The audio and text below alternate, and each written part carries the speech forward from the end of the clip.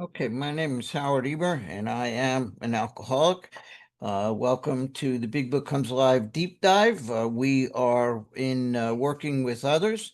We're on page 92 this evening, and our guest facilitator, we're proud to say, is our friend Sheldon F, and I turn it over to him. Sheldon, take it away. Hey everybody, Sheldon Fatty Alcoholic. Um, I believe we're on page 92 in that first new paragraph. I know I screwed that up last week, so jump in and tell me if I'm wrong here, but I believe we're at the sentence that begins, if you're satisfied he's a real alcoholic. You are. It's exactly where you are. Perfect. If you're satisfied he's a real alcoholic, begin to dwell on the hopeless feature of the malady. Shown from your own experience how the queer mental condition surrounding the first drink prevents normal functioning of the willpower. Don't at this stage refer to this book unless he has seen it and wishes to discuss it. And be careful not to brand him as an alcoholic. Let him draw his own conclusions. If he sticks to the idea that he can still control his drinking, tell him he possibly can, if he's not too alcoholic. But insist that if he is severely afflicted, he may be little chance that he can recover by himself. If you're satisfied that he's a real alcoholic, it says in our literature that we don't like to diagnose anybody as having alcoholism. I don't like to tell anybody that they have alcoholism. I want them to draw their own conclusions, as the paragraph goes on to say. But I think that it's important that I know if I'm dealing with somebody that suffers from the same disease I suffer from. I have found a way to recover from what ails me. But sometimes in Alcoholics Anonymous, we tend to think that the 12 steps and that Alcoholics Anonymous can be the solution for every problem. But it's not. It's a solution for alcoholism. And so to talk to a new guy and to make sure that we're on the same page, that we suffer from the same thing, that this phenomenon of craving, that when I start to drink, I have no control over the amount I'm going to take, and that when I'm not drinking, that I suffer from this mental obsession and more importantly, this spiritual angst, this uncomfortability that drives me back to drinking. And that if I do agree, this guy does seem to have what I suffer from, the book says to dwell on the hopeless feature of the malady. Sometimes in some meetings, you'll hear people say when a new guy comes in, oh, we're so glad you're here. You're in the right place. You're safe now. Let us love you until you can love yourself. And I don't know. I think that's feel good. It's frothy emotional appeal. It's the thing that we're told is of no avail for alcoholism. But to stress to the new man that if he has what I have, that what he's suffering from is a hopeless state of mind and body, that this disease is an incurable disease that wants you dead. And to stress that on the new guy, that if he has this thing, that he's hopeless.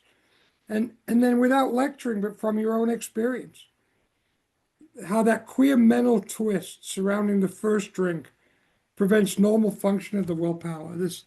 There's two things that happen to me. The first is something that we talk about a lot, and that is this uncomfortability, this anxiety, depression, feeling separate, this noise in my head, this madness that makes me so uncomfortable that I will make the conscious decision to pick up the thing that I know is killing me one more time. But that's not the only thing that happens to me. I have another thing that happens to me. They call it the great forgetter.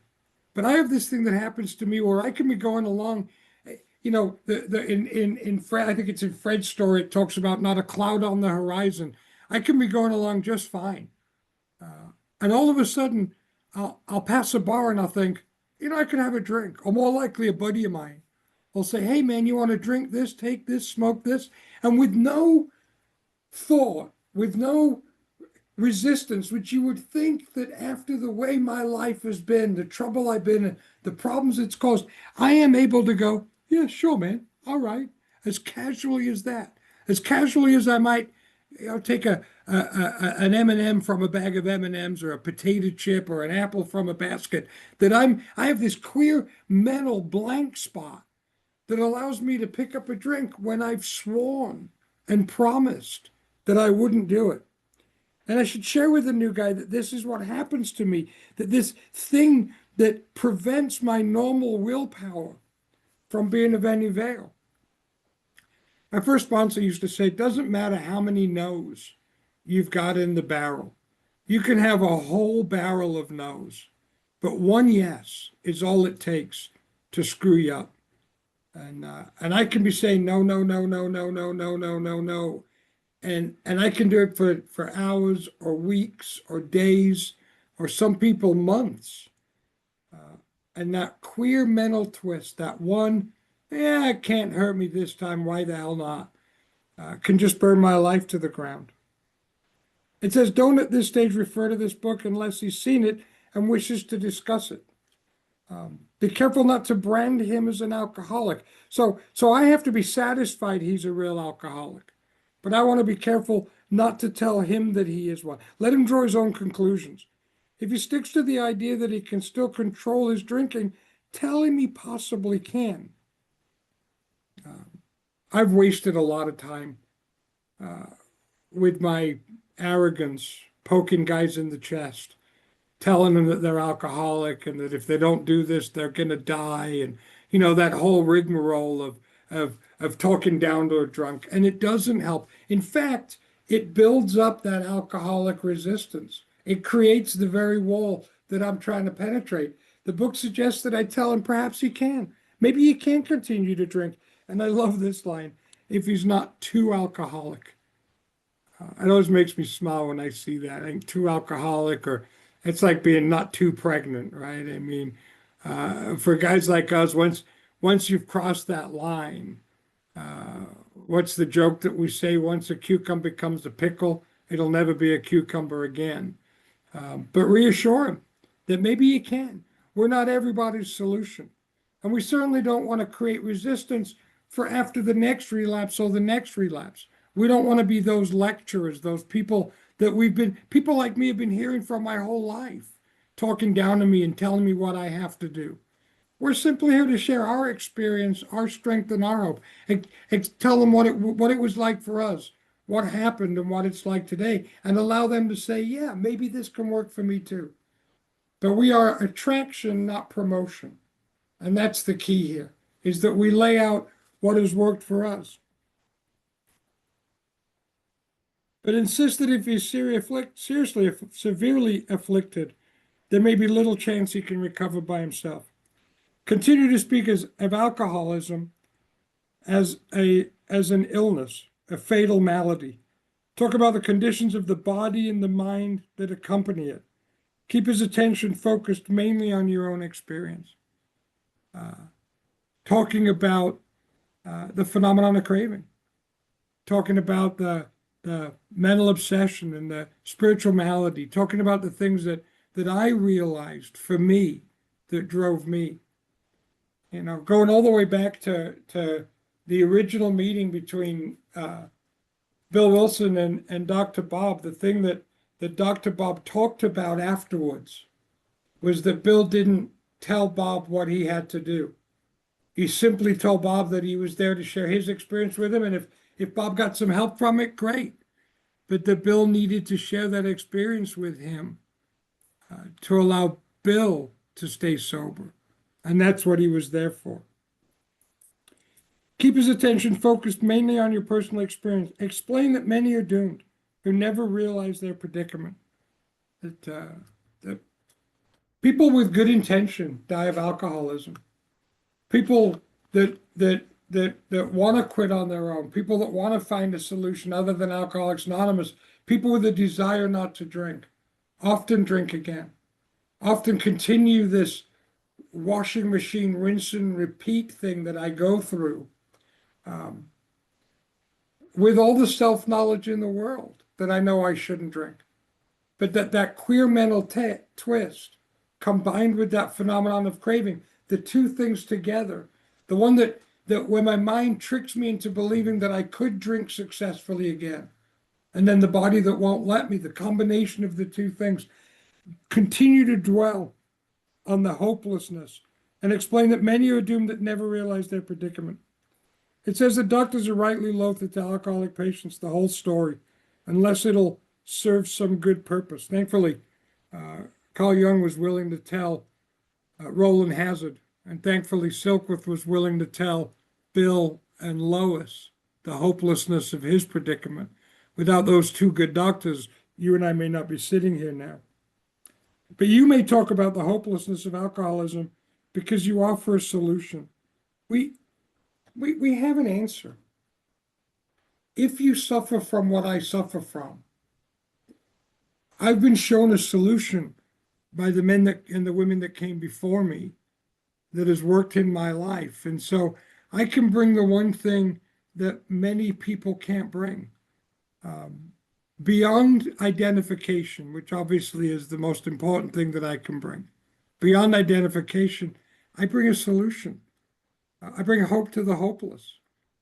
I heard somebody say one time in Alcoholics Anonymous that if we had a product we were selling, what we'd be selling would be hope, that we have an answer. We have a way out, the book says, that we agree upon, that works for us. You may soon have your friend admitting he has many, if not all, of the traits of an alcoholic. If his own doctor's willing to tell him that he's an alcoholic, so much the better. Even though your protege may not have entirely admitted his condition, he's become very curious to know how you got well. I like that line in Bill's story when he's scoffing at Abby about, getting religion. And he says, last year an alcoholic crackpot, today a little cracked about religion. And then a paragraph or so later, he said Abby is trying to tell him about the Oxford group and the path to recovery. And Bill says, of course I was curious. I had to be. And if we've done a good job of explaining alcoholism to the prospect and the newcomer can see that he has a lot of the traits of alcoholism, of course he's going to be interested. If he's as hopeless as I was, as soon as I believed that you had an answer, I wanted to know what it was. My resistance before to anybody else offering me a solution was that I didn't believe they understood the problem and I didn't believe their solution. It says, let him ask the question. If you will, tell him exactly what happened to you. Stress the spiritual feature freely. If the man be agnostic or atheist, make it emphatic that he does not have to agree with your conception of God. He can choose any conception he likes, provided it makes sense to him. The main thing is that he be willing to believe in a power greater than himself, and he live by spiritual principles. He doesn't have to agree with your conception of God. We come to Alcoholics Anonymous from all walks of life, all lifestyles, all backgrounds, all races, all religions. I came to Alcoholics Anonymous as a man that was born into a Jewish home, went to a Jewish school for 4 years, was bar mitzvahed. I grew up in an Orthodox shul, and I had turned my back on that religion. And when you talked to me about God, I had two ideas in my head. I thought you either meant I had to go back to the Jewish faith, which was never going to happen, or I thought you meant that I had to adopt a Christian faith. And the one thing that I learned as a young Jew is that whether or not Judaism is correct, you certainly can never be a Christian. So I felt like I was completely stuck. I can't be a Jew. I can't be a Christian. I don't know what the hell I'm going to do. And my sponsor did a really good job of reassuring me that I didn't have to believe what he believed. In fact, he didn't even really tell me what he believed. And I don't really tell guys that I sponsor what I believe unless I'm pushed. I mean, I'm confused. I'm an atheist Jew with Buddhist tendencies, a big fan of quantum physics with a splash of paganism mixed in. I don't even know how to explain what I believe when it comes to God. But this idea that you can believe whatever you want to believe, the only thing that's important is that it makes sense to you. One thing I remember my sponsor saying to me, which I thought was so valuable, he said, I'd rather you believed in an inadequate, foolish, silly God that you really believed in. So at 2 o'clock in the morning, you were praying to something that you believed in rather than some fake God that I taught you about that I believed in. That it was something that made sense to you, just some power, something that you think you can do business with. Earlier on in the book, I love this line, and there is a solution. It says that we have a belief in God no matter how inadequate. What a great line. That my belief in God can be inadequate. It can be not enough. It can be too small. It can be silly. It can be broken. It doesn't matter what it is. The book persuades us or suggests to us, which has been my experience, that if you start with an inadequate God, eventually that flimsy reed will turn out to be the hand of God. It will grow into something better. The only thing that matters about this idea of God is that it is something that makes sense to the new man, and that he be willing to live by spiritual principles. That we're going to go on a journey through the 12 steps that will hopefully clarify for him what spiritual principles mean. Remember, it says earlier on in the book as well that we don't want to deter ourselves from seeking spiritual principles because of what we think they may mean. Right? My spiritual principles may be different than your spiritual principles, but the basic idea of love and honesty and trust, that these are a place for us to start. When dealing with such a person, you better use everyday language to describe spiritual principles. There's no use in arising any prejudice he may have against certain theological terms or conceptions about which he may already be confused. Don't raise such issues, no matter what your own convictions are.